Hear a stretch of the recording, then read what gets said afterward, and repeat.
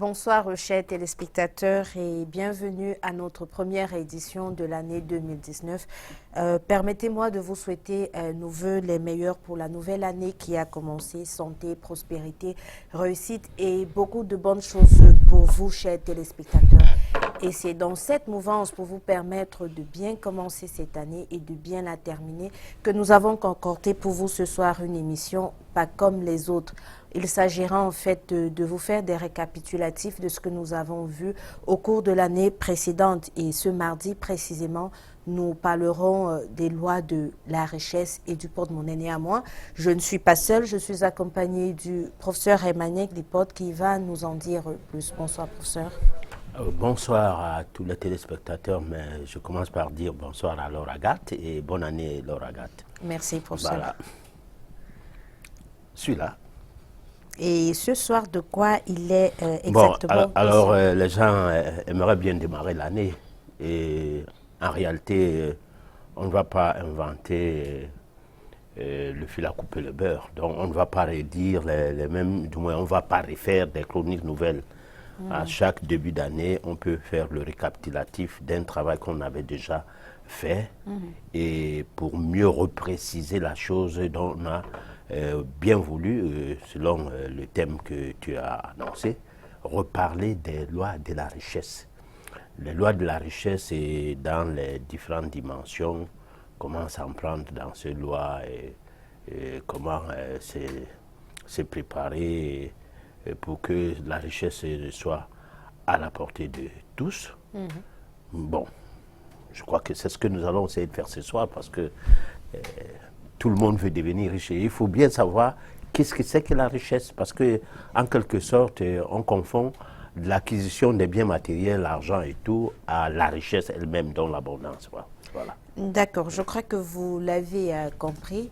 Vous allez avoir l'occasion de redécouvrir ce que nous vous proposons ce soir. Moi, je vais vous demander de vous installer confortablement. Nous allons passer 90 minutes ensemble avec des chroniques qui ont déjà été passées, mais qui vous permettront de bien entamer cette nouvelle année.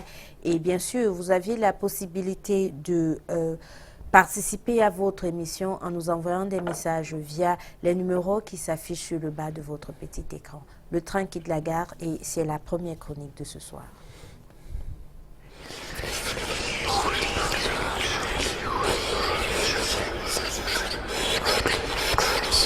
Les lois de la richesse. Nouvelle année, nouvelle projection de vie.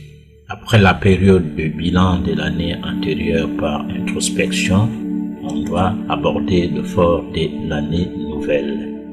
Parce que vous voulez voir votre projet réussir, avoir du succès dans tout ce que vous tenez à ce que ça marche au cours de l'année, tout doit être métaphysiquement mis en œuvre. La première règle à observer est de refuter toute contrainte qui vous ferait basculer dans le souci. Qui veut voyager loin aménage sa monture. Eh bien, les jours meilleurs ne se proclament pas par des souhaits ou par des vœux. Ils se préparent avec beaucoup d'acharnement, parce que tout le monde est à la quête du bonheur, du bien-être et que personne ne veut souffrir, qu'en règle générale, nous adoptons une attitude qui nous embrouille tout au long de notre existence sans que nous puissions nous en rendre compte. Ce qui perturbe notre marche vers le bonheur, la chance, la santé, la prospérité. Parce que nous ne savons pas ce que c'est que le bonheur, c'est pourquoi nous ne voulons pas souffrir au cours de notre vie. Pourtant, pour évoluer matériellement, se doter d'une grande fortune, accéder à l'abondance spirituelle surtout, nous devons accepter que la souffrance puisse modeler notre existence. Étant donné que c'est elle qui gouverne toutes les lois qui mettent en branle le mécanisme qui procure la fortune, la richesse, en connivence avec la loi du surplus, ne pouvant guère échapper à cette manifestation, notre seul choix est de coopérer avec elle. Les jours meilleurs ne se présentent pas par des vœux ou par des souhaits, ça se fait par la persévérance. Les gens sont à la quête du bonheur, du bien-être. Cette attitude nous perturbe tout au long de notre vie car nous ne savons pas ce qu'est la réalité de la vie. Précisons qu'il y a deux sortes de nouvelles années. Celle qui se veut classique, l'année calendaire, et celle qui se veut personnelle, qui concerne chacun de nous, s'agissant de celle qui va avec notre date d'anniversaire. Le plus intéressant des deux périodes, c'est de comprendre comment fonctionnent les vibrations de chacune d'elles pour mieux s'y préparer afin d'en tirer le maximum de profit. Dans les deux cas, le deuxième est celui des vibrations de l'année personnelle d'un individu donné. Elle commence par le jour de sa date de naissance. Alors, nouvelle année, nouvelle projection, c'était là le sous-titre de notre première chronique. Rappelons que nous allons vous proposer 4 chroniques avec des sous-titres différents, mais qui tourneront tous autour d'un même thème, les lois de la richesse. Alors, professeur, 2019, une nouvelle année. Quelles sont les vibrations pour cette nouvelle année qui a commencé depuis 8 ou 9 jours aujourd'hui? Oh oui, 2019, les vibrations sont portées sur la communication. C'est une année, une année exceptionnelle sur le plan communicationnel. C'est-à-dire que les vibrations de cette année, de manière globale et mondialement parlant, vont permettre à tous ceux qui entreprennent dans le cadre des rencontres de multiplier encore plus de chances de communier ou de communiquer avec leurs semblables. Alors c'est donc une grande année des affaires, sauf que les choses qui seront tissées au cours de cette année seront sur le prisme de la superficialité. C'est comme ça qu'on dit, c'est-à-dire ça ne sera pas profond si le projet n'a pas mûri. Je parlais de manière globale parce que c'est une année qui, en quelque sorte, ne tisse pas des amitiés qui durent, mais des amitiés pour un temps. Alors, cependant, ça facilite les rencontres, ça facilite les amitiés, ça facilite bien de choses en ce qui concerne les affaires, le social et tout. Donc, c'est chacun qui doit savoir s'en prendre. Parce que si vous vous en prenez mal, l'année étant sous le prisme de la superficialité, c'est quelque chose de bien, mais de manière éphémère. Alors, on peut se retrouver qu'on a mal projeté ou on a mal rafistolé, programmé son projet. Et pour finir, à la fin d'année, cela ne puisse plus donner ce que en 2020, que cela ne soit plus la même chose qui est commencé au cours de cette année. Alors, professeur, vous dites que 2019, c'est une année de communication, une année des affaires.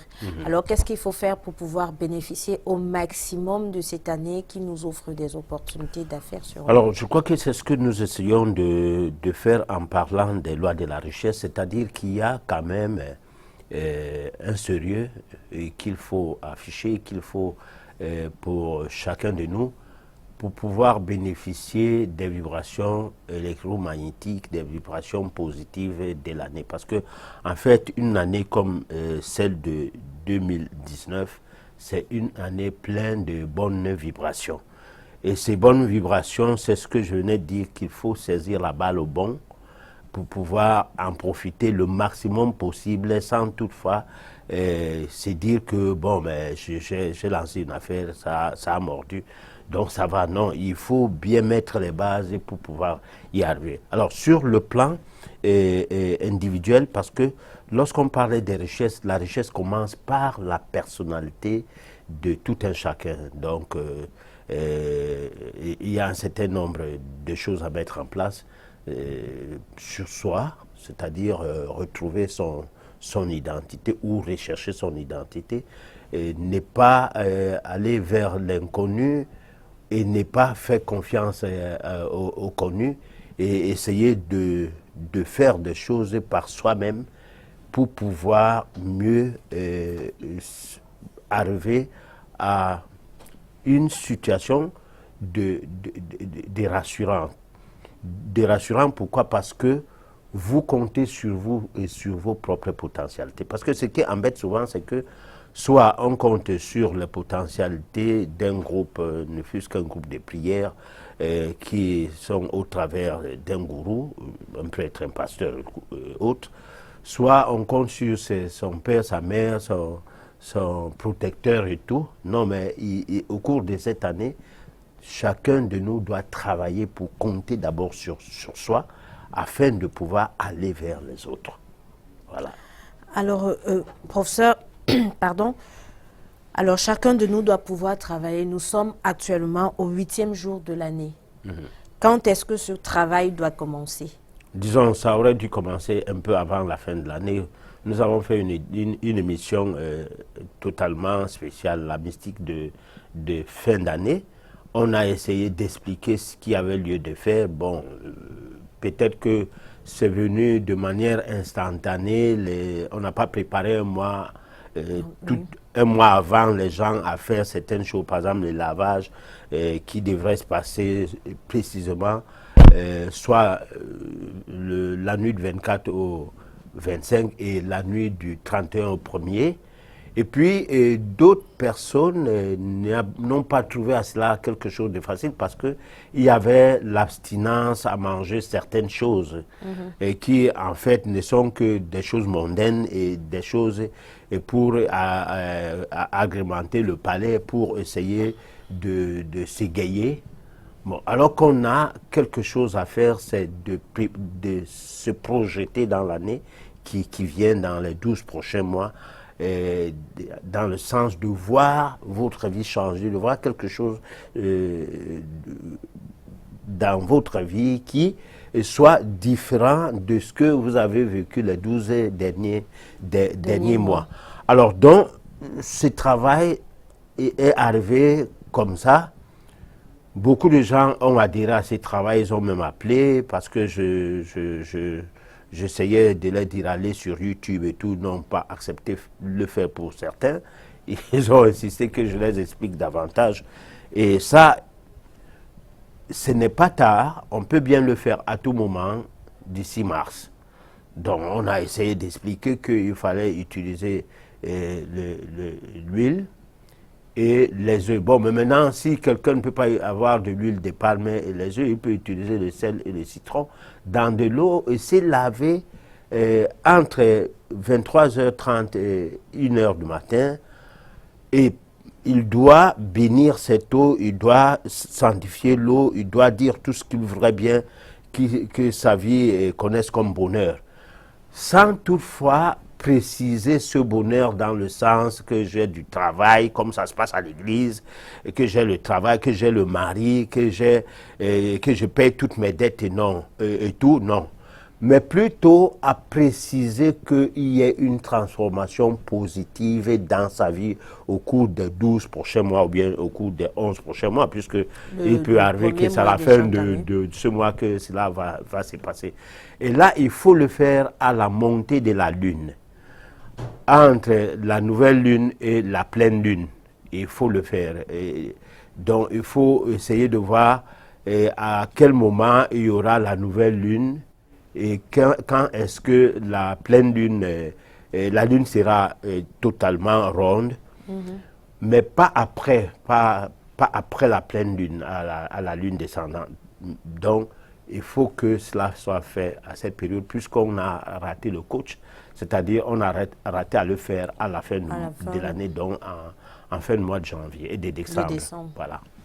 D'accord. Alors, vous l'aviez compris, pour commencer une bonne année, vous aviez encore la possibilité, et ce jusqu'au mois de mars, pour vous préparer à vivre cette année qui nous offre des opportunités, qui est une année sous le prisme des affaires et de la communication. Il vous suffit juste de faire un bain, un rituel encore jusqu'à mars, c'est-à-dire même à partir, non, pas à partir de plus tard le 20 mars. Au plus tard le 20 mars, mais surtout il faut faire attention parce qu'il faut faire ce rituel à la lune montante pour que les choses se passent bien pour vous et pour nous pour cette année. Alors nous allons suivre la deuxième chronique et nous revenons juste après. Les lois de la richesse. Améliorer votre vie sans la compromettre. Tous nous sommes à même de nous projeter au tréfonds de l'être suprême pour une élévation spirituelle, c'est-à-dire améliorer notre vie sans la compromettre. Vous devez tout commencer sur vous-même. Procédez par le fait de vous ébranler jusqu'au tréfonds de votre être intérieur. Pour y arriver, 3 règles primaires sous forme d'un véritable triangle équilatéral de la création doivent être respectées. Le pardon, la pensée positive, la confiance en soi. Le pardon, certainement, c'est la première décision à prendre pour sortir de tout blocage. Il y a lieu de reconsidérer les fautes commises envers autrui, homme, bête, nature, etc. Le pardon est un remède magique pour n'importe quelle faute. La pensée positive. Elle commence par le fait d'aimer le travail pour gagner sa vie. On ne peut arriver à être au-dessus des autres qu'à travers votre désir de mettre votre capacité à travailler plus sans aucune tricherie. Il ne s'agit pas de 20 mots ou d'un sourire qui se toyerait pour se faire voir, mais un acharnement contre vous-même à se surpasser sans aucun esprit de rivalité ou de comparaison à quoi que ce soit. Mais vivre sous un enthousiasme que vous allez considérer comme étant votre puissant moteur de réussite. La confiance en soi. Affirmativement, lorsque vous traversez des moments difficiles, c'est en ces temps-là que vous devez plus croire en vous, car c'est cela la première solution de tous les problèmes qui peuvent vous miner. Sans embâche, métaphysiquement, précisons que croire en soi est une solution magique pour n'importe quel problème de la vie de tout un chacun. Cela est d'autant plus vrai qu'on ne puisse l'imaginer parce qu'il s'agit là de la première règle qui donne à chaque individu sa véritable dimension d'entité divine révélée tout en demeurant homme. En même temps, c'est une preuve que les facultés divines qui sommeillent en vous commencent déjà à se manifester. Autrement dit, puisque cette manifestation se fait sans faute, cela signifie que les attributs divins de ces facultés se mettent petit à petit en surface. Alors nous voici de retour avec la deuxième chronique qui nous parle, alors qu'il nous donne des conseils sur la façon dont nous pourrons améliorer notre vie sans la compromettre. C'est d'ailleurs le titre de cette chronique. Alors professeur, tout à l'heure vous aviez parlé de faire des bains en rituel. Avant de passer à la deuxième chronique, est-ce que vous pouviez nous dire si ce rituel peut se faire avec n'importe quelle eau, c'est-à-dire du puits, du forage, du robinet, ou alors il y a une eau spécifique pour pouvoir faire ce bain? Oui, bon, il faut dire la vérité. Il y a la première eau, c'est l'eau de source. L'eau de source, ça veut dire qu'il faut repérer un endroit où l'eau sort de la terre ou d'un rocher et prendre de cette eau pour faire ses bains. Il y a aussi l'eau de la pluie. Bon, il y a l'eau de la pluie qui doit être recueillie au niveau de la cour dans un bassin pour qu'on ait suffisamment d'eau. Alors, mais la pluie, c'est faisant rare à cette période-ci, il vaut mieux utiliser l'eau de source. Maintenant, est-ce que l'eau de forage et l'eau des robinets peut être aussi utilisée? Là, c'est un problème de la mémoire de l'eau. Bon. L'eau qui passe par des robinets, c'est sans maltraiter. Je précise, l'eau qui passe par les robinets, c'est sans maltraiter. Même si on n'a pas traité, cette eau avec la soude en caustique, des produits, l'eau de Javel, tout ce qu'on additionne souvent, parce que parfois c'est un grand cours d'eau comme un fleuve qu'on fait boire les gens dans les villes. Et même deux fois, on décante l'eau de la mer qui est salée pour pouvoir en transformer, pour pouvoir en faire boire ça aux gens comme une eau potable. Mais je parlais d'une eau, peut-être de forage, une bonne eau, qui peut se retrouver dans des bouteilles, ne fût-ce que des bouteilles d'eau minérale et tout. Ces eaux sont d'une maltraitance où la mémoire de l'eau ne permet pas à cette eau d'être utilisée pour n'importe quel rituel. Mais à défaut du cheval, on peut emprunter l'âne. L'âne. Voilà. On peut donc utiliser l'eau de forage. D'accord. Alors, on revient sur la deuxième chronique, améliorer votre vie sans la compromettre. Vous établissez 3 éléments, le pardon, la pensée positive et la confiance en soi.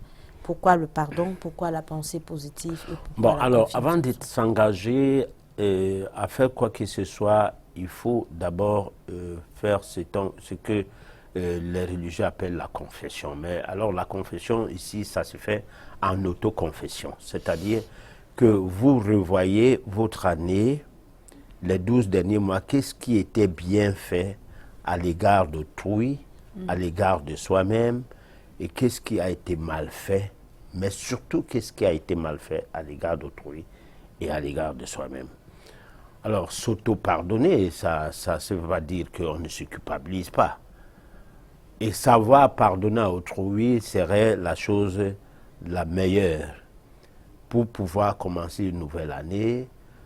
Maintenant, pardonner autrui peut ne pas être quelque chose de facile parce que personne ne viendra vous demander pardon des offenses faites à votre égard. Mais vous restez sans rancune, ce serait intéressant. Cependant, si vous avez commis offensé quelqu'un et que vous voulez bien commencer l'année, il vaut mieux l'aborder, il vaut mieux aller vers cette personne. Et si cette personne est décédée, il faut faire un rituel. Et si cette personne s'est déplacée et que vous ne pourrez plus jamais vous rencontrer pour longtemps, pas jamais, mais peut-être pour longtemps, ou alors plus jamais, on ne sait jamais, parce que la situation ayant provoqué un aspect de rupture totale, à ne pas pouvoir téléphoner ces derniers, à ne pas pouvoir, je ne sais pas moi, rentrer en contact, même par personne interposée, que tout est rompu. Alors là, il faut positiviser cette situation jusqu'à arriver à une télépathie qui va faire en sorte que le courant, avant la fin de l'année, puisse être établi pour que, par hasard, vous soyez en train de vous appeler au téléphone et que tu ne demandes pas. Ça, en fait, c'est un travail du moins spirituel, au-delà même de simple aspect spirituel. Ce travail-là doit être fait pour qu'on s'harmonise avec son passé négatif, donc des années écoulées, particulièrement celles qu'on venait de terminer. Alors c'est là le pardon. Maintenant, ce pardon ne peut pas être possible si vous n'avez pas de pensée positive. Les pensées positives n'ont rien à voir avec votre bien-être personnel, mais plutôt le bien-être collectif. Et surtout, le bien-être de ton semblable. C'est-à-dire, il faut que les gens aient l'art de voir l'être humain en face de soi comme étant Dieu. Que de se tromper qu'en allant à l'église, en portant des belles robes, et des habits blancs ou quoi, et avec des documents en main pour aller adorer Dieu, que ce serait cela l'amour du prochain, ou bien ce serait cela le bon choix. Le bon choix, c'est de voir Dieu à travers ses créatures. Comme pour dire ceci, vous ne pouvez pas aimer quelqu'un alors que vous détestez ses enfants. Alors, commençons à voir Dieu au travers de nos semblables. Et là, c'est là la base de la pensée positive. Parce que lorsque les gens disent pensée positive, souvent dans ce qui est des lois de l'attraction. Oui, non, de l'enseignement qu'on essaie de prôner aujourd'hui concernant le développement personnel, c'est comme s'il y avait une manière de penser positif. C'est-à-dire, vous commencez à penser positivement. Mais non, la pensée positive, c'est l'amour du prochain pour du vrai. C'est une manière de voir le prochain jusqu'aux animaux du prochain. C'est-à-dire le chat, le chien, même le moustique. Si vous voyez le moustique désormais comme quelqu'un qui ne vous donne pas le paludisme, et que c'est une créature de Dieu qui se nourrit de vous parce que ça n'a pas de champ. Et que l'incrimination qu'il subit, simplement parce que le genre humain est comme ça, c'est comme les Blancs trouvent que les Noirs sont des cancres, sont des primates, comme entre les gens, les tribus ou les communautés d'un même pays, on se néglige, on se dit n'importe quoi. C'est de même comme l'homme peut dire que les cafards, les souris, les moustiques, tout cela, c'est des choses que Dieu ne devrait pas créer. Entre-temps, ils croient en Dieu. Ils incriminent Dieu sur la base de sa manière de faire les choses, mais pendant ce temps, ils croient en lui. Bon, alors là, la croyance devient, donc, ça prend un autre sens. Et là, ça, c'est que vous n'aviez pas de pensées positives. Parce que les pensées positives peuvent faire donc à ce que le moustique vous pique, mais vous n'avez pas le paludisme. Simplement parce que vous n'incriminez pas Dieu qui a créé les moustiques. Et c'est pourquoi vous n'avez pas le paludisme. Mais si vous accusez Dieu d'avoir créé le moustique, pourquoi? Le palu va venir. Et cela va vous étonner avec vos pensées positives qui ne sont là que pour lire les livres, soi-disant les livres de Dieu. Maintenant, la confiance en soi. La confiance en soi ici, c'est que vous n'avez même pas peur de cafards, de souris, de moustiques, de serpents, du chômage, de la famine, de tout ce qui se passe, parce que ça fait partie des lois de supplice, c'est-à-dire de la loi de la souffrance, sans laquelle personne ne peut grandir. Parce que c'est bien dit que celui qui n'a pas souffert de sa vie n'a rien compris de la vie. Voilà. Alors, professeur, tout à l'heure également, vous aviez parlé de la confiance en soi comme étant aussi la manifestation des acquis divins qui sommeillent en nous. Donc, est-ce qu'il y aurait des exercices, je sais pas, est-ce qu'il y aurait quelque chose à faire particulièrement pour réveiller ces acquis, oui, qui sommeillent en nous? Alors, il y a des exercices peut-être qui réveillent ces acquis, bien évidemment, parce que là, c'est un autre aspect de choses. On ne peut pas dire à quelqu'un « aie confiance en toi ». Il ne pourra pas, parce que ce n'est pas un acquis pour lui. C'est quelque chose qui lui demande beaucoup de travail et même d'apprentissage. Cependant, il y a des gens qui ont déjà les prédispositions d'avoir confiance en eux. C'est à ceux-là qu'il faut maintenant réveiller cette confiance en soi. Et là, ça, on le verra bien tout à l'heure, on va parler de la méditation. Donc, c'est-à-dire comment faire pour communier avec les forces divines ou alors les forces du cosmique.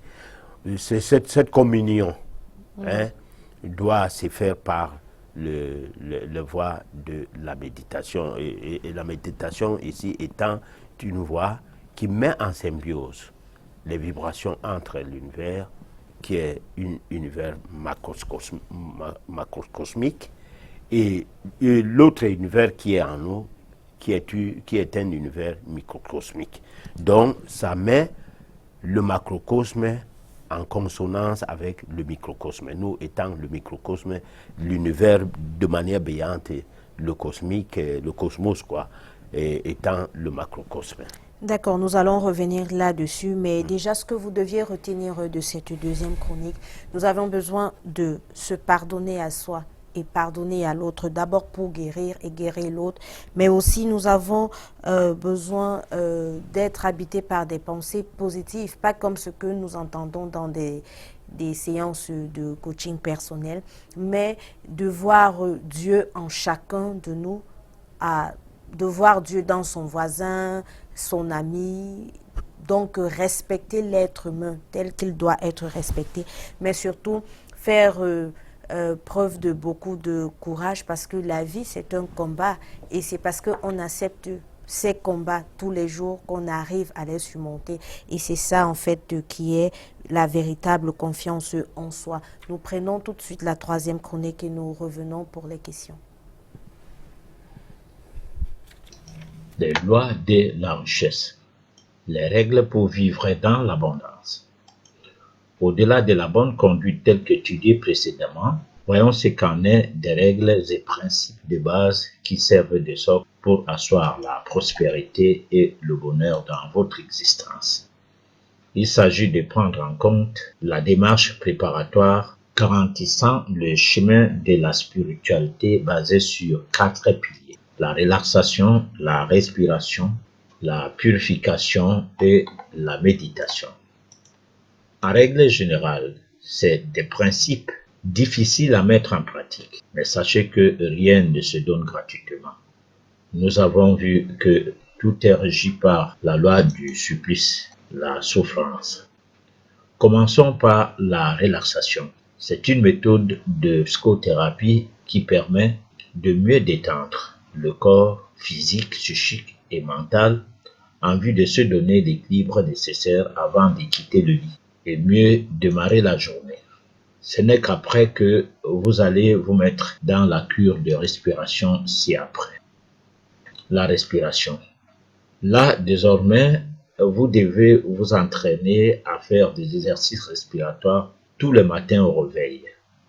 En quittant le lit, allez vers la fenêtre ouverte. Fixez un coin du ciel où le soleil s'élève, à l'est de votre boussole plus précisément. Commencez de la manière suivante. Inspirez doucement et profondément jusqu'à bien remplir vos poumons. Sans vous incommoder, gardez les poumons pleins aussi longtemps que possible. Puis expirez tout doucement. Recommencez ceci au moins ces 10 fois avec un enchaînement d'inspire et d'expire sans arrêt. C'est un exercice indispensable. Lorsque vous mangez, faites-le en marchant. Vous pouvez aussi faire le même exercice chaque fois que vous marchez dans la rue. Purifiez-vous. La purification est le bon principe pour évacuer toute forme de souillures et déchets organiques accumulés dans la nuit vers les extrémités du corps, doigts, oreilles, etc. La méditation est une pratique d'élévation spirituelle qui vise à calmer l'esprit en utilisant de prime abord des techniques telles que la respiration, la visualisation, etc. Pour calmer l'esprit, tout commence par des exercices respiratoires. Toutefois, l'esprit calmé, on doit vider son mental et passer à la visualisation. Celle-ci est une technique de développement de la vision intérieure, ce qui permet d'acquérir la compréhension de sa vraie nature, du corps et de l'esprit. Alors, les lois de la richesse, les règles pour vivre dans l'abondance, la relaxation, la respiration, la purification et la méditation. 4 éléments que vous nous proposez, professeur, pour vivre dans l'abondance, mais surtout pour avoir une confiance en soi, parce que tout à l'heure, vous parlez de la méditation. Tout à fait. Alors, disons, peut-être qu'il faut y redéfinir qu'est-ce que c'est que l'abondance vraiment. Oui. Parce qu'il y a une confusion entre les immeubles, les voitures, les yachts, les jets privés et, c'est pas moi, des comptes bancaires pour exprimer l'abondance. Et cela, parlant des lois de la richesse, on donne l'impression que tout tourne autour de l'argent. Non, l'abondance, c'est plus que ça. C'est-à-dire, vous pouvez avoir toutes ces choses sans être dans l'abondance. Il y a des gens qui ont eu tellement d'immeubles et tellement de choses au cours de leur existence que on n'aurait pu imaginer qu'en mourant, qu'il ait tout vendu pour se soigner. Tout vendu. Et de façon à ce que tu trouves quelqu'un avec des immeubles, et finalement, en mourant, il n'a qu'un seul immeuble qu'il n'a pas pu vendre. Parce qu'il n'y avait même pas de preneur. Et que d'autres gens disaient que même si tu vends ça, tu ne vas pas guérir. Lui-même, il s'est mis dans une logique qu'il faille mourir, qu'il vaut absolument, qu'il laisse quand même quelque chose, même si les douleurs vont l'accabler au soir de sa vie.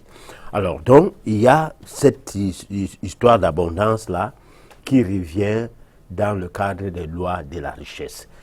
Maintenant, pour avoir l'abondance, il faut la préparer et ceci, quand on parlait de relaxation, de respiration, de purification, de méditation, tout cela confondu, dans la méditation, en fait, consiste à avoir une posture totalement raisonnée. C'est-à-dire que rien ne s'est fait sans qu'il y ait un questionnement interne. Tout ce que nous devons faire, si nous voulons manger, nous devons poser la question, ça nous mangeons pourquoi? Parce que c'est là où les Européens sont différents des Africains. Les Africains gobent tout de ce qui vient de partout, sans se poser la question, ça c'est quoi? Et ils pensent que tout ce qui vient, par exemple, de l'euro vient du laboratoire. Et que le laboratoire, c'est une place quelque part au ciel, que Dieu fait les choses lui-même, il donne seulement aux blancs, que pas donné aux noirs que nous sommes. Donc pour eux, tout ce qui se boit, que ce soit les bières, les sucreries et tout, ça sort du laboratoire, donc c'est bien. Au point à ne pas boire ces propres choses qu'on connaît bien depuis nos ancêtres, parce que ces choses-là ne sortaient pas du laboratoire, et donc n'ont pas été contrôlées. Voilà là où le questionnement doit se passer, doit se faire. On doit avoir le questionnement, pourquoi on mange ceci ou pourquoi on mange cela, comment ça a été fait, qu'est-ce qui prouve que ça a été fait dans les normes de notre organisme, c'est-à-dire dans les normes des besoins de notre organisme. Quelqu'un ne peut pas cultiver quelque chose dans un pays lointain et vous faire manger ça ici, ça a les mêmes vibrations. Parce que l'exemple peut se passer simplement de cette manière. Si vous avez une plantation de café, que vous aviez planté ces cafés-là vous-même, avec une poignée de personnes qui étaient des ouvriers pour vous, que vous ayez entretenu ce café jusqu'à ce que le café-là commence à produire, et qu'un jour vous tombiez malade, vous laissez votre fils, qui est le premier fils qui a grandi dans cette plantation et qui gérait la plantation avec vous, à votre retour des soins, vous allez trouver que le café là n'a pas bien produit. Pourquoi? Parce que lui, quand il entrait dans ce champ, les caféiers lisent les vibrations de son cœur et n'arrivent pas à le comprendre. Et dans le mécontentement, refuse de produire. Ça se passe comme ça avec le café, avec le cacao, lorsque vous travaillez avec ces plantes-là. Il faut que les plantes-là vous ressentent. C'est la même chose avec des produits vivriers, ceux qui sortent du sol et ceux qu'on consomme. Que ce soit le riz, que ce soit les grains, que ce soit les maniocs, les tubercules et tout. Il faut que ça soit cultivé dans un environnement qui est le nôtre.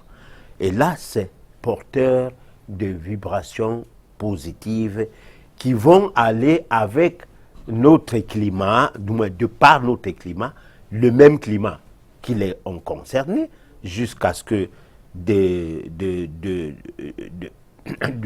petits grains qui a été planté jusqu'à l'arbre qui est produit, de fruits, et lesquels fruits nous sommes permis de consommer. C'est le même climat qui est en nous et c'est le même environnement, c'est les mêmes vibrations. Là, on est à l'abri des problèmes. C'est pour cette raison que le questionnement, je reviens sur ce point-là, est totalement nécessaire. C'est pour cela que l'Européen ne prend pas les choses qui viennent dans d'autres continents, sauf essentiellement pour l'industrie. Parce que là, ce que c'est pour produire de l'argent, ce n'est pas pour consommer directement. Alors, mais le noir, lui, il prend ce qui vient de l'extérieur, même ce qui est produit dans des machines, sous prétexte que c'est des produits agroalimentaires à consommation, je ne sais pas moi, mondiale, sans se poser des questions. Là, le questionnement agit, et c'est ce questionnement-là qui va maintenant partir sur la base de la transformation de ce que nous consommons, que cela soit une consommation, comment on peut dire, subtile, c'est-à-dire virtuelle, parce qu'il y a des choses que nous consommons par la pensée. Il y a des choses que nous consommons à partir de ce que nous écoutons comme parole, c'est toujours une consommation. Et il y a des choses que nous consommons physiquement. Alors, toutes ces choses et les questionnements nous permettent maintenant d'entrer dans une phase de la transformation de ce que nous devons consommer en des choses négatives pour les rendre positives.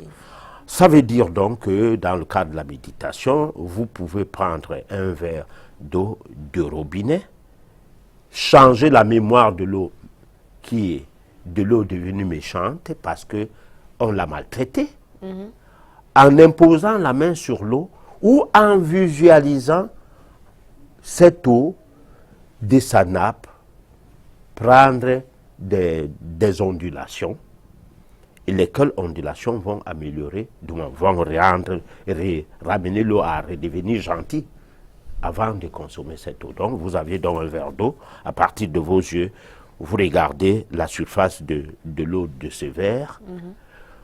Vous avez déjà visualisé quel genre de nappe ça doit produire et pourquoi. Une fleur, c'est pas moi, un dessin. Au bout d'un moment, ce dessin s'est réalisé sur cette eau, vous consommez cette eau et ça change tout dans votre organisme en purifiant, du moins en essayant de purifier le sang. Voilà. D'accord. Je crois que vous l'avez compris, cette chronique est beaucoup plus pratique dans la façon de respirer, la façon de se relaxer, la façon et le pourquoi de se purifier, mais aussi le pourquoi la méditation.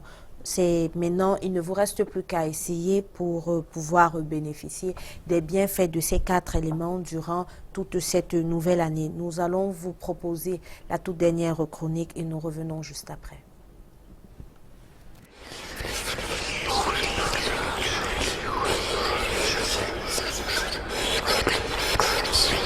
Les lois de la richesse, le porte-monnaie spirituel.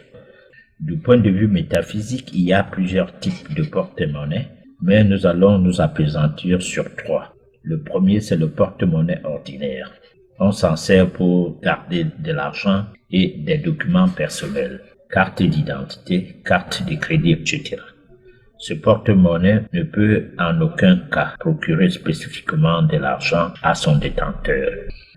Le deuxième, c'est le porte-monnaie magique. Il relève de la magie noire. Il en existe de plusieurs sortes selon les différentes sommes d'argent qu'il procure chaque jour à leur détenteur sans contrepartie, sans un quelconque travail ou salaire. Cependant, son propriétaire aura droit à une somme d'argent précise chaque matin dès qu'il l'ouvre.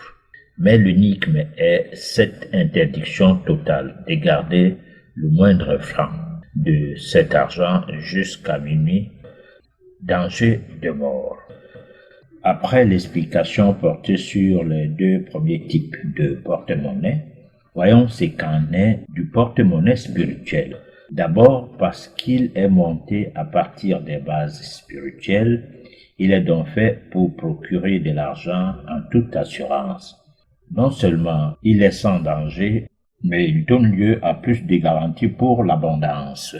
La seule chose à faire, c'est de savoir observer les recommandations ci-après. Abordons à présent la phase finale de notre aventure mystérieuse, celle qui nous conduit vers l'abondance, qui nous facilitera la tâche grâce à la connaissance de l'utilisation de la loi d'attraction, ce qui nous permettra de savoir comment attirer métaphysiquement la richesse. Justement, c'est à ce stade que l'on saura comment obtenir le porte-monnaie spirituel. Notons que les détails concernant l'opération proprement dite ne vous seront expliqués qu'à la demande expresse de tous ceux qui vont s'intéresser à acquérir un tel outil. À titre de mise en garde, soulignons que l'abondance ne s'applique uniquement que sur ce dont vous avez besoin et non sur ce dont vous voulez. Question de savoir distinguer ce qui vous est d'utilité primaire de ce qui est d'utilité secondaire. C'est la seule fois que la loi d'attraction permet d'acquérir sans faute tout ce qui est utile à n'importe qui la pratique. À mieux se comporter vis-à-vis de la dite loi, on finit par comprendre que recevoir l'abondance, c'est avoir soi-même la gratitude envers la nature qu'est Dieu. Vos atouts spirituels vous permettent d'acquérir tout ce qui est d'utilité permanente dans votre vie. Pas question de faire confiance aux choses futiles, l'argent ou les richesses purement matérielles, comme étant d'illustrer les seules vraies richesses. Bien que la majorité des gens de notre société d'aujourd'hui ne croient formellement utile qu'à de telles richesses, il n'en demeure pas moins que c'est elles qui détruisent le tissu social chez un grand nombre de peuples en général afin de plonger le monde entier dans la perdition. Il est impératif de savoir que c'est le mode de production économique de notre société actuelle qui détruit notre planète, aliénant ainsi l'homme et en ruinant sa santé. Une fausse abondance faite de choses utiles que vous achetez tous les jours pour combler vos envies, désirs, voire votre avidité, voracité, gloutonnerie, vos appétits de toutes sortes. Avec des envies aussi colossales, on n'arrivera jamais à combler le vide intérieur qui ne peut être comblé que grâce à la vraie spiritualité. Résultat, être riche, c'est savoir être heureux avec le peu qu'on a. La spiritualité pour du vrai fait ressortir les qualités intérieures de tout être humain. Et dans le même temps aussi, c'est ce qui garantit l'abondance dont le porte-monnaie spirituel en est un instrument. Alors, le porte-monnaie spirituel, c'est le titre de notre, on va dire, 4e chronique, mais qui vous a été présenté sous le prisme de la page pratique. Alors, professeur, tout à l'heure, vous nous aviez défini l'abondance comme n'étant pas forcément l'argent, les immeubles et tout le reste.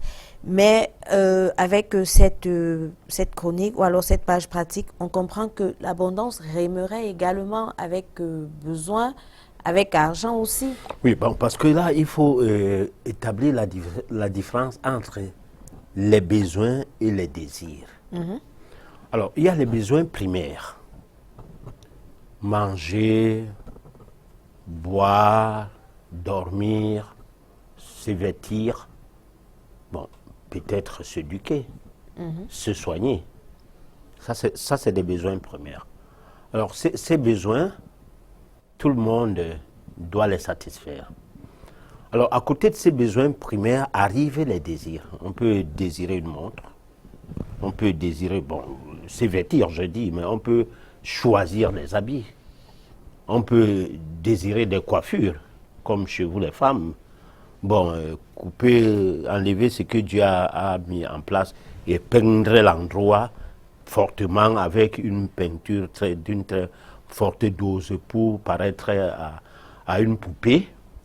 On peut mettre les ongles 3 mètres de long par devant.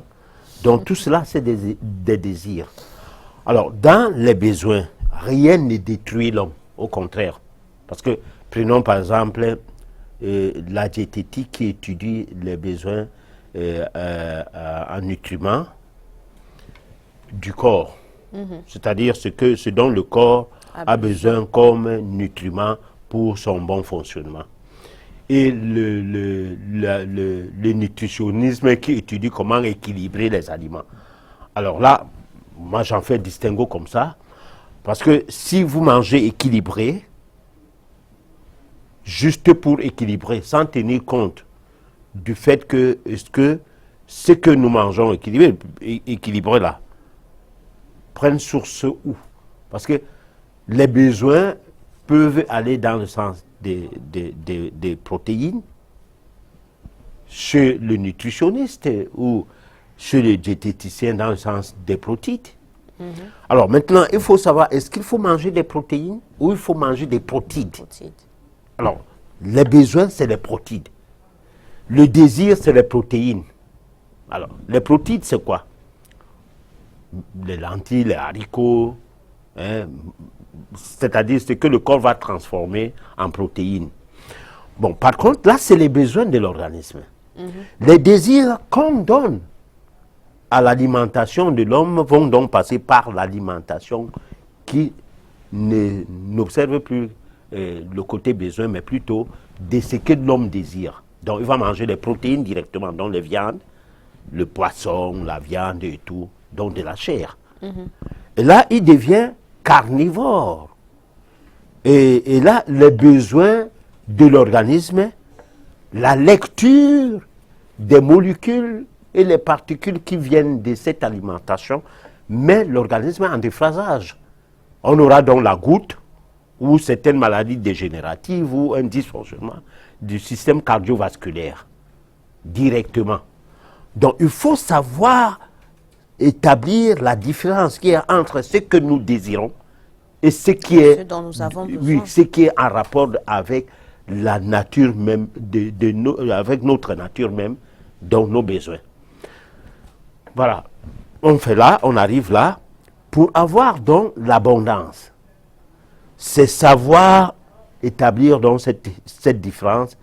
Est-ce que nous avons besoin d'argent ou nous avons besoin des outils pour notre bien-être? Bon, parce que si nous avons besoin d'argent, on risque de ne jamais avoir de l'argent. Personne n'a jamais l'argent. Tellement on a besoin d'argent que l'argent se met des ailes, l'argent s'envole, et nous ne sommes qu'en train de suivre l'argent. L'argent devient l'aigle, l'argent monte, et nous, on arrive à un niveau où on se casse la pipe. L'argent est toujours en train de voler, et on a toujours, tellement on a eu l'argent que finalement on n'a pas encore l'argent parce qu'il faut tout en avoir. Bon, alors que quelqu'un, et là cet argent c'est pour quoi faire? C'est ça, c'est pour s'enorgueillir, pour devenir arrogant, pour pouvoir conquérir le monde entier, pour mettre tout le monde sous ses pieds.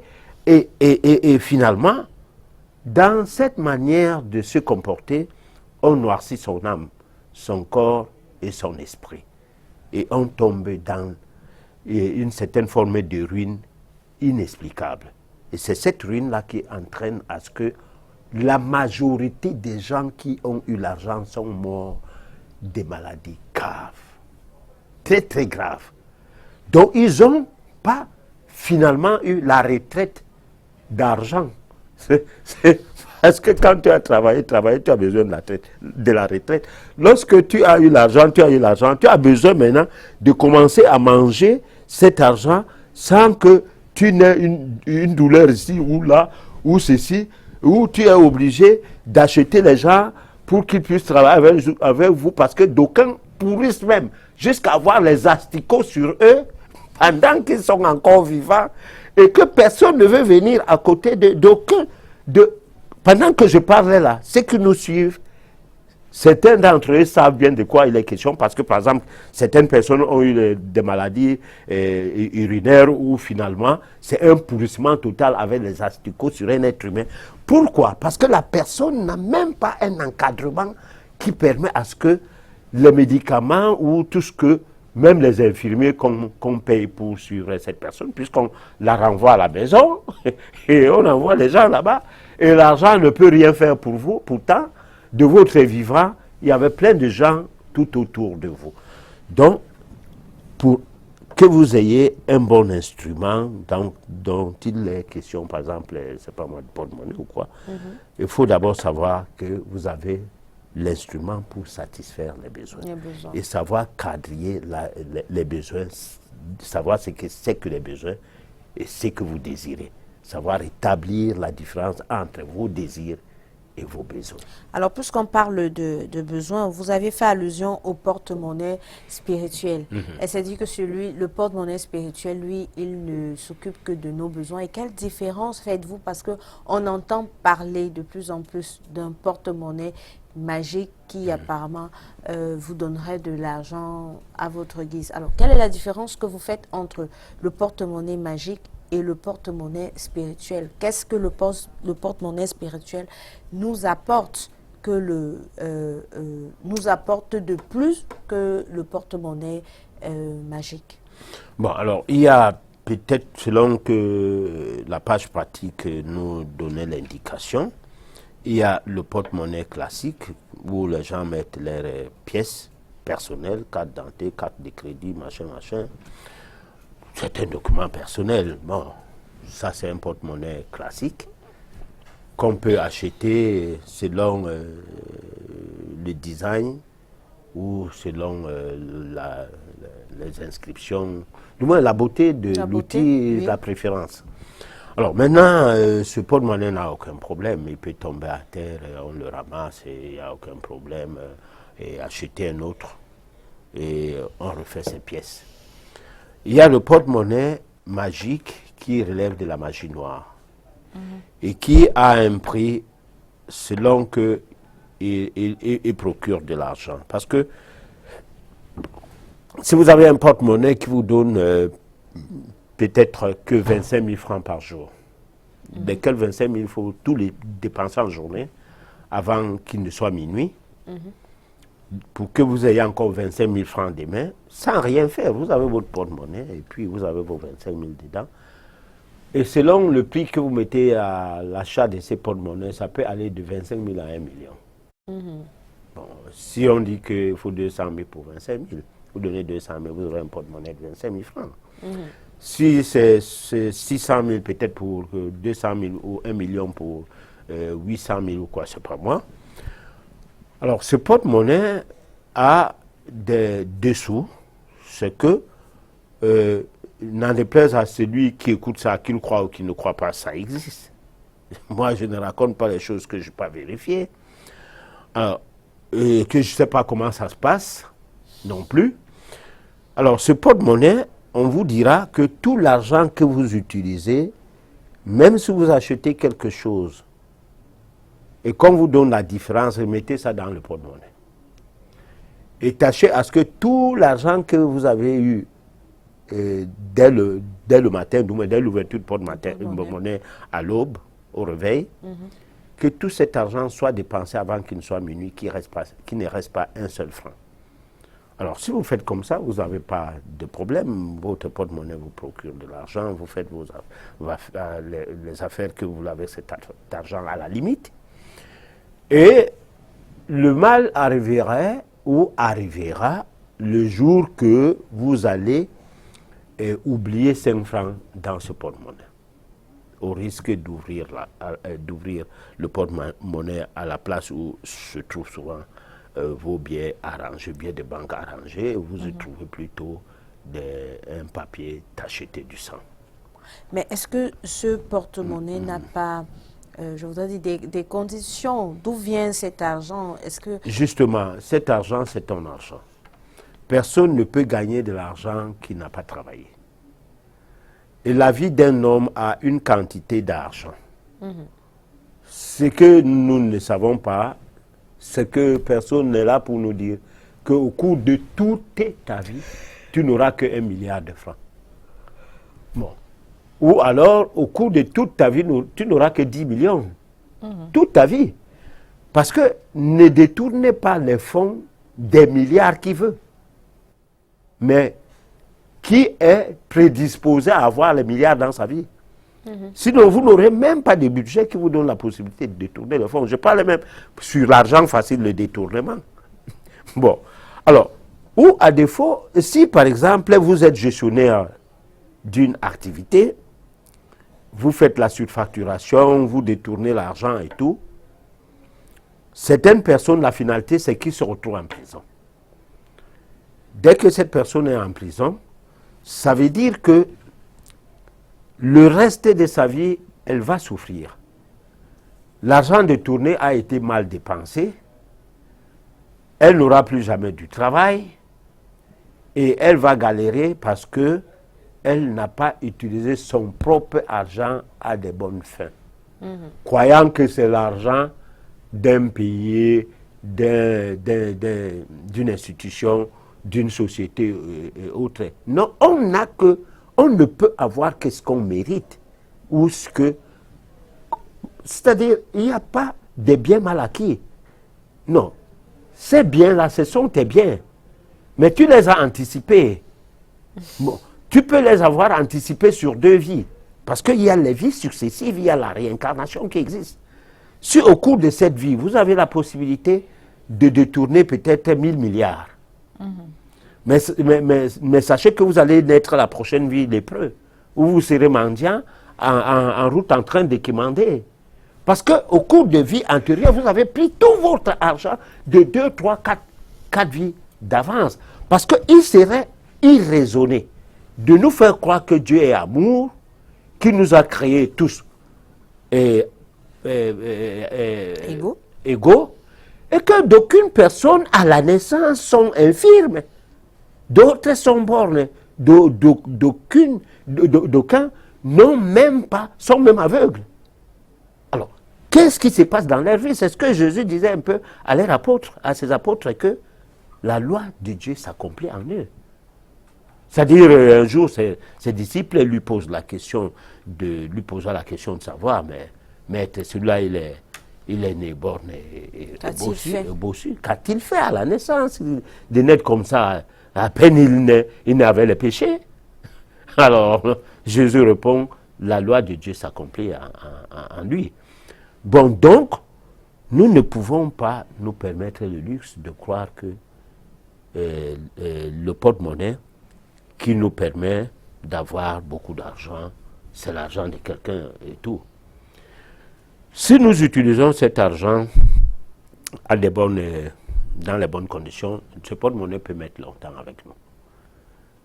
Mais si nous devenons farfelus, nous allons mourir avant le temps. Parce que ce porte-monnaie, lorsque le lendemain, vous avez laissé de l'argent dedans et qu'il y a une feuille tachetée de sang, c'est votre départ comme ça, vous transitez. Mais professeur, le plus souvent, on a des gens qui disent que les porte-monnaies magiques, on vous demande des parties de votre corps et au final, vous mourrez toujours. Est-ce que c'est vrai? Oui, il y a le porte-monnaie qui crache de l'argent. C'est de ça que je parle. Bon, maintenant, il y a des pactes avec le monde infernal qui vous permet d'avoir de l'argent. Ça peut passer par un outil, le porte-monnaie toujours. Bon, là, dans ces cas, on vous demande peut-être, dans le cadre de ce que nous parlions au cours des émissions, là, le con, le femme, là et tout, on vous demande en contrepartie un être humain qui doit aller travailler. Là c'est un peu différent. Cette personne qui doit aller travailler dans ce monde infernal, c'est son argent qu'on vous donne, son salaire, parce que cette personne ne sera pas payée. Et dans ces salaires, il y a aussi une partie de ton argent. C'est l'ensemble de tout ça qui te fait avoir beaucoup d'argent à la fois. Et même jusque-là, il y a des risques que vous terminez mal votre vie. Alors, pourquoi donc conseiller, parce que tout à l'heure, vous aviez parlé du porte-monnaie magique, où s'il vous arrive d'oublier une seule pièce, vous pouvez avoir beaucoup de problèmes. Alors, le porte-monnaie spirituel, lui, qu'est-ce qui fait sa particularité? La particularité du porte-monnaie spirituel, c'est que vous prenez un billet d'argent, vous mettez dans ce porte-monnaie, suite à un petit rituel que nous n'allons pas dire à la télé. Et cet argent, c'est votre argent que vous aviez travaillé, vous n'avez pas truandé, n'allez pas agresser quelqu'un, arracher son argent et en faire votre épargne à partir d'un outil du genre.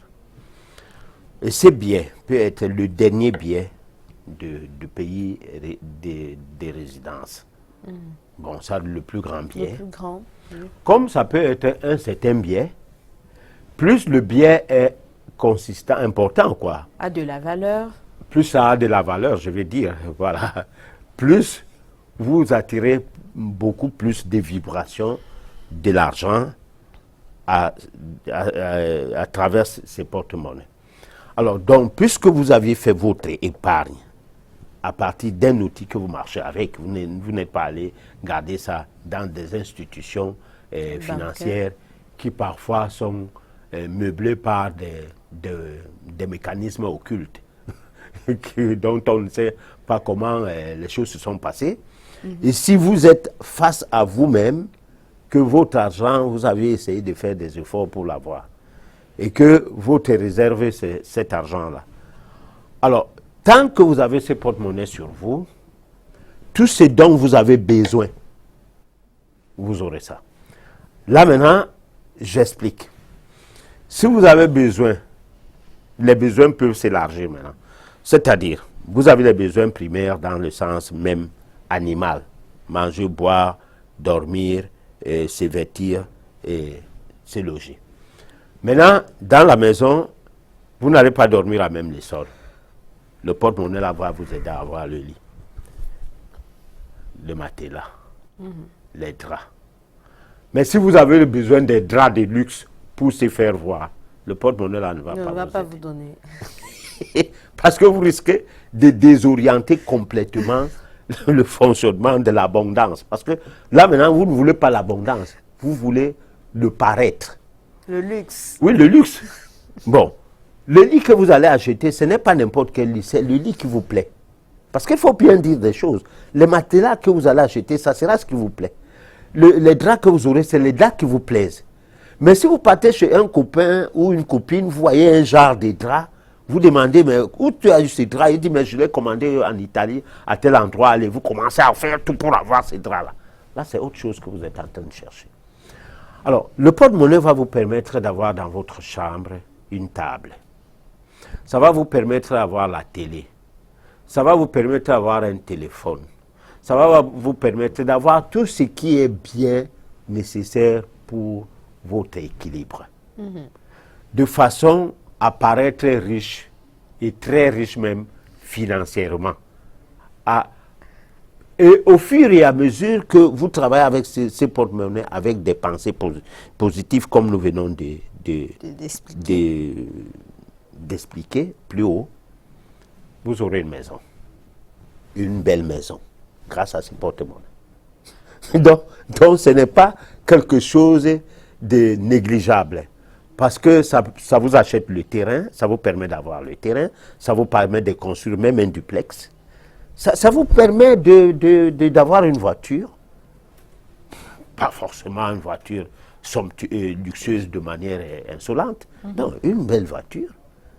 Parce qu'au fur et à mesure que vous positivisez votre vie, au fur et à mesure, l'abondance vient. Et l'abondance se manifeste dans tous les sens. Dans le sens spirituel, vous avez un cœur bon. Dans le sens divin, vous êtes un homme, une personne affranchie. Et dans le sens matériel, vous avez des acquis. Ce dont vous avez besoin. Vous avez des acquis matériels. Mais est-ce que ce porte-monnaie-là est sans condition? Aucune condition. Vous aviez travaillé le premier argent que vous aviez mis dedans. Ne touchez jamais ça. Que vous ayez fait comment, vous le laissez là. C'est ça qui part appeler ses frères. Mais professeur, moi je suis tentée de demander où est-ce qu'on peut trouver ce porte-monnaie, puisqu'il il nous donne tout ce dont nous avons besoin. Bon, peut-être pas, on ne va pas dire donner du fait que c'est votre travail qui vous permet d'avoir ce dont vous avez besoin. Et puis il est sans condition. Donc, disons bon, mais alors, on va pas... C'est le tiercé gagnant. On va trouver ça à la télé, là, maintenant. Ceux qui veulent, ils vont appeler, et on va en parler hors antenne davantage. D'accord. Alors, vous l'avez bien suivi. Vous aviez la possibilité de vous épanouir, mais surtout la possibilité de remplir tout ce dont vous avez besoin. On ne parle pas des désirs. D'avoir tout ce dont vous aviez besoin sans avoir à vous retrouver dans des choses qui vous coûteront la vie. Il vous s'agit tout simplement de vous procurer du porte-monnaie spirituel. Nous allons tout de suite passer au SOS téléspectateurs. Nous vous donnons la possibilité de participer à l'émission en nous envoyant des messages via les numéros qui s'affichent sur le bas de votre petit écran. Alors si la technique nous le permet, nous lançons le SOS téléspectateurs.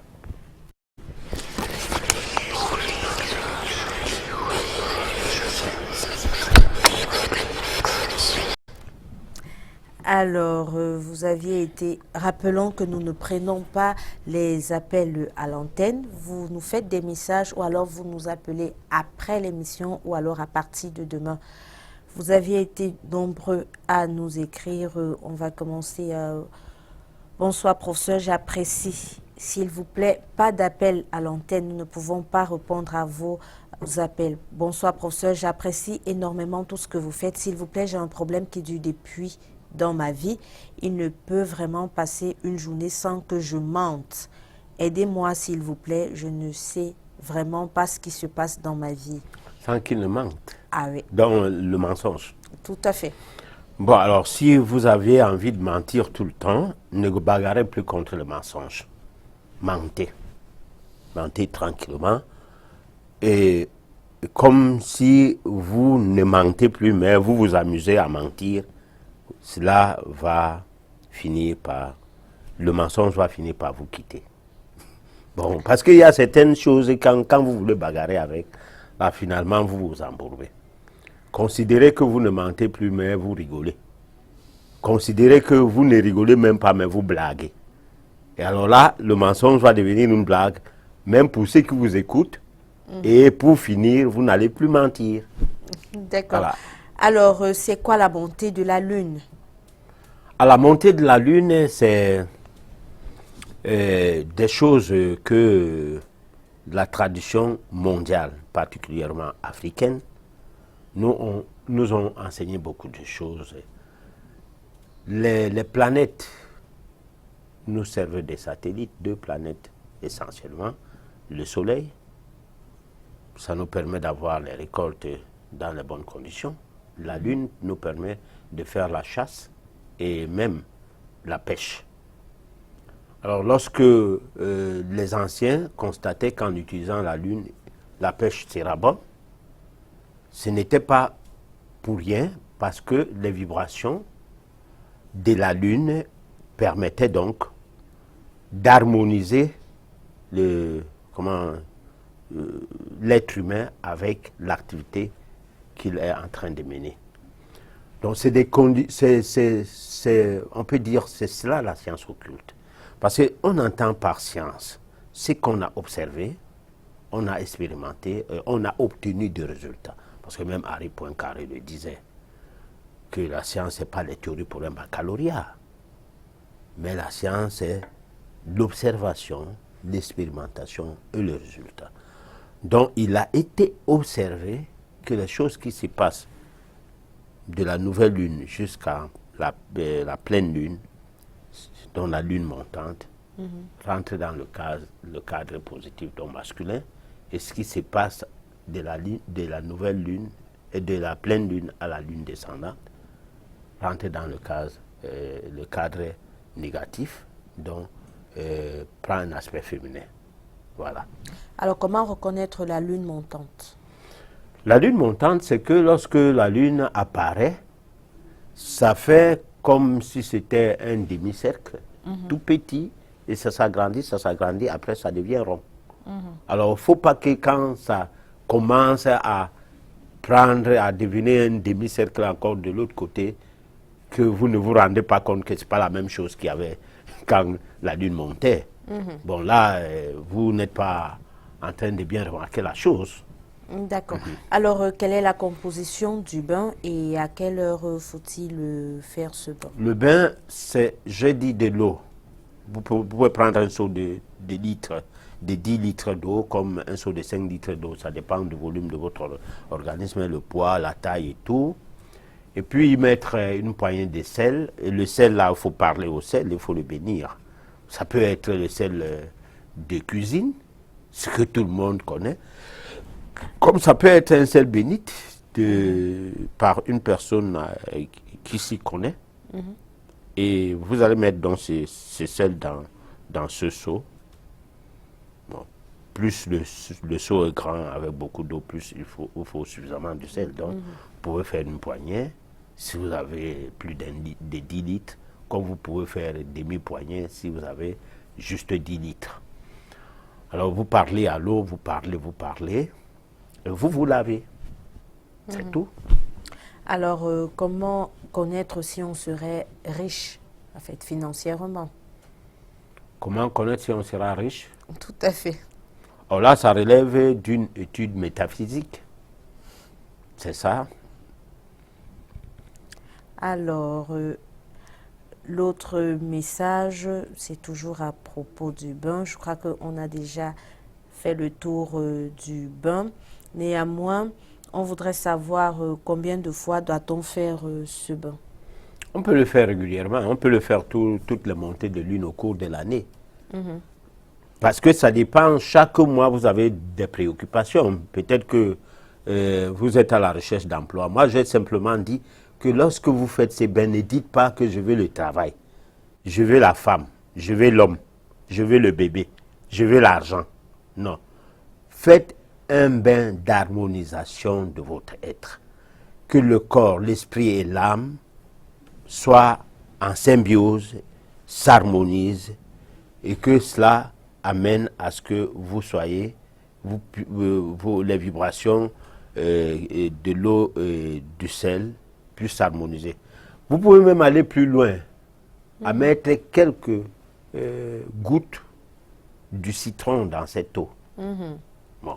Mais ce n'est pas obligé. Voilà. Alors, c'est Camelot Roger depuis Yaoundé qui nous écrit. Est-ce que la loi de l'attraction n'est pas une loi liée à la richesse, étant donné qu'avec votre fréquence vibratoire élevée, vous attirez la richesse et l'abondance? Il répond à sa propre question. Si vous aviez connu le pardon, la pensée positive, la confiance en soi, c'est là où vos vibrations s'élèvent. Et là, maintenant, le mot loi de l'attraction, c'est juste un mot. Mais l'attraction se produit. D'accord. Bonsoir, le monde inconnu. Moi, c'est Cédric depuis Yaoundé. Quand je dors, je rêve des mauvaises choses, comme des morts. Comment faut-il faire pour que ça parte? Je crois que c'est ce qu'il faut dire. Moi, je ne sais pas. Il faut peut-être qu'on fasse un bon diagnostic. Il y a des gens, son lit est mal positionné. La chambre dans laquelle il dort n'est pas une chambre où les gens devraient dormir, parce que la maison est construite sur un site qui ne devrait pas être habité. On a tué des gens là, c'était peut-être une fosse commune d'une certaine époque lointaine, ou quoi, c'est plein de choses. Et qu'aucune purification n'a été faite au moment où on faisait cette maison. Un travail archéologique n'a pas été fait par rapport au site. On est venu seulement s'installer là. Bon, alors vous pouvez vivre une situation infernale où vous faites toutes les pratiques du monde, les psychiatres finissent par vous récupérer après que vous avez vu tous les praticiens. Résultat, il faut toujours chercher, j'ai dit tout à l'heure qu'il faut toujours un questionnement. Ce qui vous arrive, posez-vous des questions. Attendez pas que quelqu'un d'autre vienne répondre à votre place. Posez-vous des questions et écoutez votre cœur, le siège de votre âme. À partir de là, les réponses peuvent donc vous conduire d'aller voir les gens. Parce que c'est là que vous aurez même le bon choix de qui aller voir. Parce que si vous vous précipitez parce qu'on vous a dit tel médecin est très fort, c'est un bon psychiatre, il va vous donner les mêmes psychotropes que l'autre qui est moins fort. Parce que lui ne fabrique pas les médicaments. Tous utilisent quel type de psychotropes. Bon, peut-être lui, il sait seulement combiner les psychotropes plus que l'autre. C'est pourquoi on dit qu'il est fort. Mais les psychotropes, c'est les psychotropes. Et si c'est le maraboutisme, vous allez tomber chez n'importe quel charlatan, un petit menteur là qui... Bref, il faut toujours un questionnement. Vous vous questionnez. Et là, vous aurez votre guide à partir de votre cœur. Alors, Yves depuis Douala voudrait savoir, les gens ont souvent tendance à dire que pour réussir dans les pratiques mystiques, l'on doit sacrifier une personne ou bien donner quelque chose en échange. Est-ce vrai et pourquoi cela? Bon, alors moi, je ne sais pas que s'il faut réussir dans les pratiques mystiques. Moi, je sais qu'il y a des gens qui soignent toutes les maladies en tuant les bêtes. Quelle que soit la maladie, même si c'est le maux de tête, il va tuer la chèvre. Parce que lui-même, c'est un carnivore terrible. Il n'aime pas rester sans manger la viande. Donc, il va vous demander de donner de venir avec le bouc à chaque fois qu'il soigne votre enfant, votre femme, vous-même, ainsi de suite. Le sacrifice, c'est quelque chose de délicat. Si une personne est malade et qu'il faille verser le sang à la place de sa guérison, il faut que cela soit minutieusement étudié. S'il faut tuer des chèvres, des boucs, des chats, des chiens, pour atteindre certains résultats, ces résultats souvent sont éphémères. Parce que celui qui se met des bijoux, que comme je suis là, on voit mes doigts avec 10 bagues, on voit un talisman qui pèse sur moi, que c'est à peine que j'ai un coup comme ça, pas mon petit tablier de luxe qui me protège, qui est fait d'éléments d'un élément animal, le parchemin animal, de ma petite baguette qui est faite de la végétation, une combinaison de choses simples qui relèvent de la tradition ancienne, qui ont une signification, non à remplacer Dieu, ou bien à me rendre une personne qui doit aller toiser les gens en disant moi je... Non, mais me rendrait plutôt modeste et m'amènerait à craindre la nature à travers les créatures de Dieu, parce que c'est par là que ces choses-là obtiennent leur force. Alors, à partir de là, les choses marchent. Donc, moi, je ne pense pas que les sacrifices sont absolus. Mais il peut arriver que sans qu'on ait sacrifié quelque chose, ça ne va pas marcher. Sauf un être humain. Parce que s'il faut faire vivre une famille entière par le sacrifice d'un enfant, alors là, il faut savoir vraiment qu'on a atteint le Rubicon de, je ne sais pas moi, de la magie noire. C'est vrai que dans les pays, pour avoir l'indépendance, il faut tuer les gens. Bon, c'est le sang de ces gens-là qui sera le soubassement de l'indépendance. Mais souvent, est-ce que cette indépendance-là est toujours l'indépendance? Suivez notre regard, le Cameroun a perdu beaucoup de gens lors de l'indépendance, mais est-ce qu'aujourd'hui les gens disent vraiment qu'on est indépendant? Autant de choses. Alors, il y a Eva Depuy-Ngousso qui voudrait savoir quelles seraient les conséquences si on rate le rituel, étant donné que plusieurs personnes peuvent ne pas savoir la période de la pleine lune. La période de la pleine lune, on va vous l'indiquer. Mais ce n'est pas compliqué, allez sur Google. Tapez pleine lune. Nouvelle lune, pleine lune de l'année. Peut-être vous pourrez avoir ça. Si vous n'aurez pas ça facilement, appelez nos antennes. On va vous indiquer. On va vous procurer le calendrier annuel de l'année 2019 des mouvements de la lune. D'accord. Alors, je m'appelle Gracia. J'aimerais savoir, pour entrer dans une nouvelle année, on peut demander pardon à autrui dans l'innocence. Je ne comprends pas très bien ce qu'elle appelle demander pardon à autrui dans l'innocence. Oui, vous pouvez, moi je peux peut-être comprendre que vous n'avez rien fait, mais quelqu'un vous accuse. Vous vous sentez innocent. Malgré cela, vous décidez à lui demander pardon pour assouvir soit son orgueil ou soit son manque de discernement. Parce que vous pouvez avoir raison, mais quelqu'un pense que vous avez tort. Mais là, c'est dans le cadre de la vie sentimentale. Hein, parce que, en ce qui concerne l'homme et la femme, c'est toujours quelqu'un d'autre qui a tort. Et c'est toujours quelqu'un d'autre qui fait les bêtises. Et là, il faut qu'il y ait un arbitre. Et l'arbitre, là, sortira d'où? Les choses que vous faites dans la chambre à deux. Donc, par moment, il faut demander pardon et quitter sur ça. D'accord. Voilà. Alors, bonsoir à vous. Je suis un jeune étudiant ayant des projets à atteindre. S'il vous plaît, docteur, essayez de me donner quelques astuces pour mieux réussir et atteindre mes objectifs, malgré les différents fléaux qui minent notre vie sociale. C'est Midrel qui nous écrit. Alors, vos projets relèvent des besoins ou des désirs? Là, je ne sais pas. Comment je vais donc me comporter en sensationnaliste ou bien quelqu'un qui a fait un diagnostic qui lui permet de faire le bon pronostic pour vous? Donc, il serait mieux que la personne appelle hors antenne, expliquer ce qu'elle veut. Parce que là, c'est un peu flou. Alors, bonsoir. Je veux bien du porte-monnaie magique.